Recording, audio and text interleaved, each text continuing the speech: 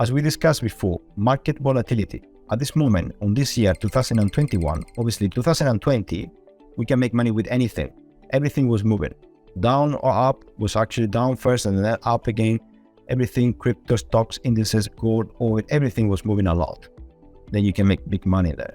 Let's say, for example, if you go back to 2017 to 2018, we go crypto only. Yeah, the major one. Okay, fair enough.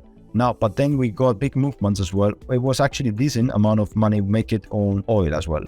Then you go as well indices, that's the gray one, NASDAQ. You can make money on NASDAQ as well, very good one in there.